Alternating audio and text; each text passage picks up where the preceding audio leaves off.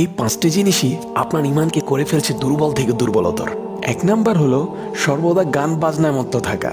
আফসোসের সাথেই বলছি, আমাদের কিছু ভাই বোনেরা এমনও আছেন যারা নিজের বেডরুমে লাউড স্পিকারে গান না ছাড়লে তাদের মুড অনই হয় না।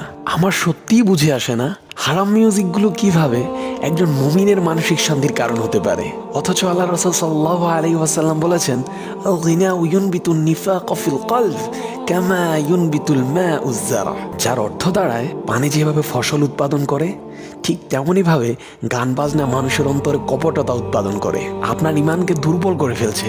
এমন জিনিসগুলো 2 নাম্বার হলো ফরজ সালাতে অবহেলা করা। বিষয়টি একটু ঠান্ডা মাথায় ভেবে দেখুন, আপনার রব আপনাকে 24টি ঘন্টা দিয়েছেন, আর এর সাথে তো তার অফুরন্ত নিয়ামত আছেই। আর আমরা রবের দেয়া 24টি ঘন্টা থেকে রবকে 1টি ঘন্টা দিতে পারছি না। কতই না হতভাগা আমরা। 5 ওয়াক্ত সালাত আদায় করতে সারাদিনই বেশি থেকে বেশি 1 ঘন্টা সময় লাগে। মনে রেখো, আসসালাতু মিফতাহুল জান্নাহ, নামাজই বেহেশতের চাবি। এরপর 3 নাম্বার পয়েন্টটি হলো গীবত করা। নিঃসন্দেহে ইমান দুর্বল হয়ে যাওয়ার পেছনে এটিও এক অন্যতম কারণ। এটি এতই ভয়ঙ্কর একটি পাপ যার ব্যাপারে রাসূল সাল্লাল্লাহু আলাইহি ওয়াসাল্লাম বলেছেন, আল গীবাতু আশাদ্দু মিনাজ জিনা, গীবত জিনার চেয়েও মারাত্মক। গীবত কাকে বলে? রাসূল সাল্লাল্লাহু আলাইহি ওয়াসাল্লাম গীবতের সংজ্ঞা করতে গিয়ে বলেন, তোমার ভাইয়ের পিছনে তুমি এমন কোনো সত্য কথা বলা যা সে অপছন্দ করবে, এটাই হলো গীবত। আর যদি মিথ্যা বলো তা অপবাদ, যার পরিণতি গীবতের চাইতেও ভয়ঙ্কর।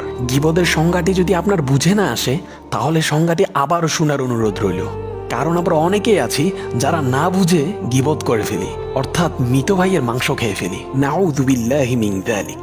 4 নাম্বার যে পয়েন্টটি আপনার ইমানকে দুর্বল করে ফেলছে তা হলো জ্ঞান অনুসন্ধান না করা, অর্থাৎ ধর্মীয় জ্ঞান অর্জন না করা। ধর্মীয় জ্ঞানের গুরুত্ব বর্ণনা করতে গিয়ে রাসূল সাল্লাল্লাহু আলাইহি ওয়াসাল্লাম বলেন, আল আলিমু আশাদ্দু আলাইশ শাইতানি মিন আলফি আবিদিন। একজন আলেমকে পথভ্রষ্ট করা শয়তানের জন্য জ্ঞানহীন 1000 ইবাদতকারীকে পথভ্রষ্ট করার চেয়েও বেশি কষ্টকর। খুব আফসোসের সাথেই বলতে হয়, A+ পাওয়ার জন্য আমরা হাজার হাজার টাকা খরচ করে ছেলে মেয়েকে ডেইলি 4-5টা করে কোচিং করাতে পারি, কিন্তু কোরআন শেখানোর সামর্থ্য আমাদের থাকে না। তখন আমরা মিসকিন হয়ে যাই। 5 নাম্বার যে বিষয়টি আপনার ইমানকে দুর্বল করে দিচ্ছে তা হলো সময়ের অপচয় করা। এ ব্যাপারে রাসূল সাল্লাল্লাহু আলাইহি ওয়াসাল্লাম বলেন, কিয়ামতের দিন 4টি প্রশ্নের উত্তর দেওয়া ছাড়া কেউই সেখান থেকে নড়তে পারবে না। আর ওই 4টি প্রশ্নের মধ্যে 2টি প্রশ্নই সময় সম্পর্কে হবে।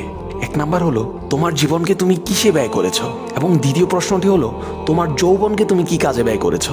পারবেন তো এই 2টি প্রশ্নের উত্তর রবকে একদম ঠিকঠাক ভাবে বুঝিয়ে দিতে? হে আমাদের রব, আমাদের সকলকে এই 5টি বিষয় ত্যাগ করে আপনার প্রতি ঈমান আরো বেশি দৃঢ় করার তৌফিক দান করুন, আমিন। আজও আপনার জন্য একটি ইসলামিক অসাধারণ প্রশ্ন নিয়ে এসেছি। সঠিক উত্তরদাতা পেয়ে যাবেন আমার পক্ষ থেকে তারাডিতে ফ্রি প্রমোট। প্রশ্নটি হলো, রাসূল সাল্লাল্লাহু আলাইহি ওয়াসাল্লামের মেয়ে হযরত ফাতেমা রাদিয়াল্লাহু তাআলা আনহা আমাদের কি হবেন? 4টি অপশন দিয়ে দিচ্ছি। 1 নম্বর খালা, 2 নম্বর মা, 3 নম্বর বোন, 4 নম্বর দাদি। সঠিক উত্তরটি জানা থাকলে আর দেরি কিসের? কমেন্ট বক্সে এখনই লিখে ফেলুন আর নিয়ে যান আপনার ফ্রি প্রমোট। আর আমাদের ভিডিওগুলো ইউটিউব এন্ড ফেসবুকে পেতে আমাদের পেজ এবং চ্যানেলে চোখ রাখতে পারেন, লিংক বাদও দেওয়া থাকবে। ওকে, ফি আমানিল্লাহ। আবারও আমাদের একতরফা কথা হবে নতুন কোনো ভিডিওতে। ভালো থাকবেন। আসসালামু আলাইকুম ওয়া রাহমাতুল্লাহ।